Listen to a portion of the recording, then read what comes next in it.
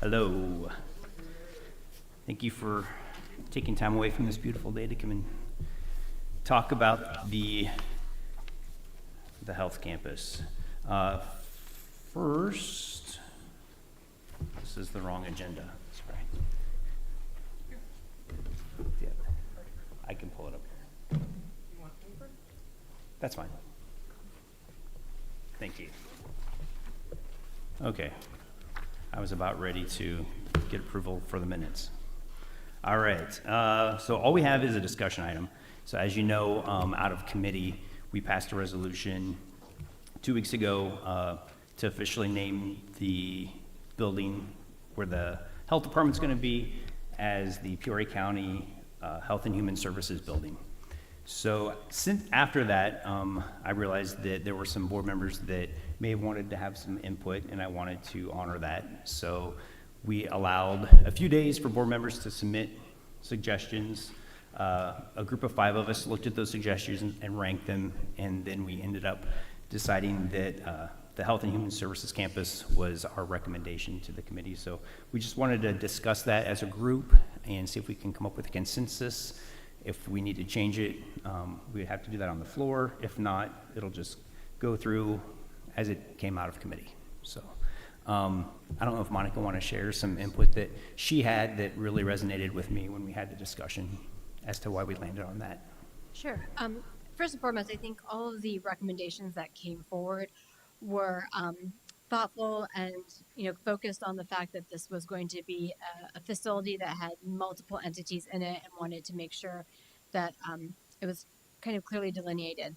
I think there was questions about whether first one, not necessarily naming it after any type of individual or group, and that's largely because I think we've seen historically a lot of name changes happening, and there's a cost associated with that, and also both financially as well as kind of in the public domain. And so part of that, I think, was kind of making sure it was generalized and aligned with how other government entities do general nomenclature. So you can see where we have other complexes in the state that may have courts and state's attorneys and so forth. It's like a judicial center. You might have administration that covers, again, large. DuPage also has many campuses and different facilities. So with Health and Human Service, one, it resonated with kind of the nomenclature that it's set up on the federal and state level in terms of our partner entities. So kind of focus on that, similar strand. Likewise, I think there was the fact that it was generalized enough that as there is growth or even changes, it can adapt to different entities being part of that facility. And I think lastly, what we kind of also have to recognize is that since 2020, we've been using the terminology of health and human service. That type of branding from a name standpoint, it's seen in all of our county developed ARC stories that kind of house all the material for this. It's on our signage on the buildings as part of construction. And so I think it's been utilized throughout not only here locally, but when we communicate with the media as well as our state partners about this project. And so the recommendation kind of sat forward, which is, we've had the ability to really look at this name. And I think that due diligence, and I appreciate that fact, I think it still aligns with what the goal of this project was, as well as those entities that would be a part of it.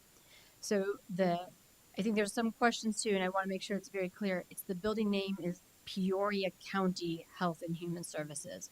So it will be branded. There is also a seal on the building as well. I believe it's 8 foot in diameter are the seals that would be if you're driving on Sheridan going north and south. And so it would be on the facade of the building.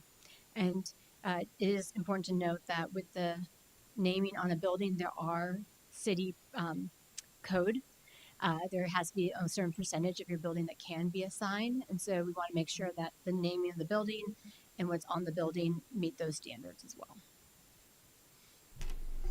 Thank you. I did want to just make sure everybody knew I did extend the invitation for suggestions to all board members, and then one suggestion from each of the offices that would be housed in the building. We got 3 responses from board members, and we got 1 response from the health department, which was to maintain the health and human services. So at this point, does anybody have any questions? Yes, Dr. Blair. Since I see Beth here, can I, and I don't see our coroner, but can we just get her feedback on if she's comfortable with this name? I guess she did reply. It didn't matter to her. And I would just want to add, before I turn over to Beth, is that the coroner's signage is on the entrance that would be on the north side of the building. Yes, the north side of the building, so not street side. And that's because the coroner does have a separate entrance as a 24/7 kind of facility that's embedded in the building as a whole.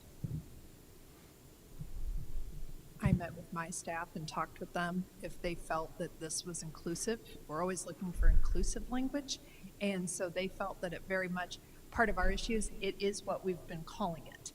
And it is what we've been telling our superintendents, and we've been telling everyone that this is what we will be a part of. And as long as our logo and that we're a part of this is on the signage, I just couldn't think of another way to say it without it being. So that was us, that was the compromise that we were willing to live with. Thank you. And in going through this exercise, the more we discussed it last Friday, the five of us, the more I realized that the name of the building is going to be really insignificant compared to the real thing is what's going to happen inside the building and the services we provide. So I think the Health and Human Services captures what's going to happen inside of the building. Does anybody else have any thoughts? Yes, Member Elsasser. Thank you, thank you, Mr. Chairman, for opening it up to different suggestions. I mean, I talked to you about an individual, Dr. Dale Geis, who I feel like has done more for medicine than anybody in the history of Peoria, and I really wanted to name it Geis Health Services Building, but anyway, you didn't want an individual, so I just thought it would have been amazing if we could have named something after him. But I do like Member Here's saying a little bit better because it's shorter and more concise. So those are my thoughts. Thank you. And I'm not sure if you saw, but I know we had talked about other ways of maybe acknowledging people who've contributed in public health or the medical community within Peoria, and I just saw something that the health department already does recognition of individuals, so that might be something that you could submit Dr. Geisling for. Yep. Yes, Member here. Thank you, Mr. Chairman. So just to clarify, with the statement that the name of the building is the Peoria County Health and Human Services Building, and so, but the graphical depiction in the agenda briefing, that's how it's going to look, or it's going to actually say Peoria County in front of the Health and Human Services.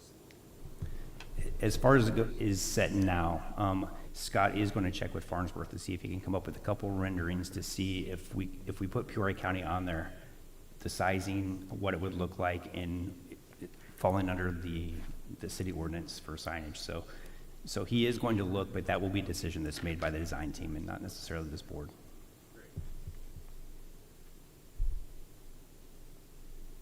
Anything else? Yes, Ricker.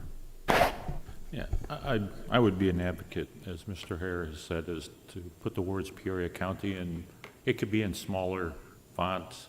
And I'm up for some creative design as far as the best way, because that naming, the signage on that front of the building is what identifies that facility. So I don't want to shortchange that. If there's something we can do to identify, I know the seal's up on the other north and south facing wall. I'm just not sure if the general public would be able to connect the two, the seal being the words Peoria County in Illinois with the name on the west or the west facing wall. So I would advocate to have Peoria County. It doesn't have to be in the 3-foot tall letters. It could be in a smaller, above it, some way or fashion that says the message. That's all. Thanks. Definitely noted.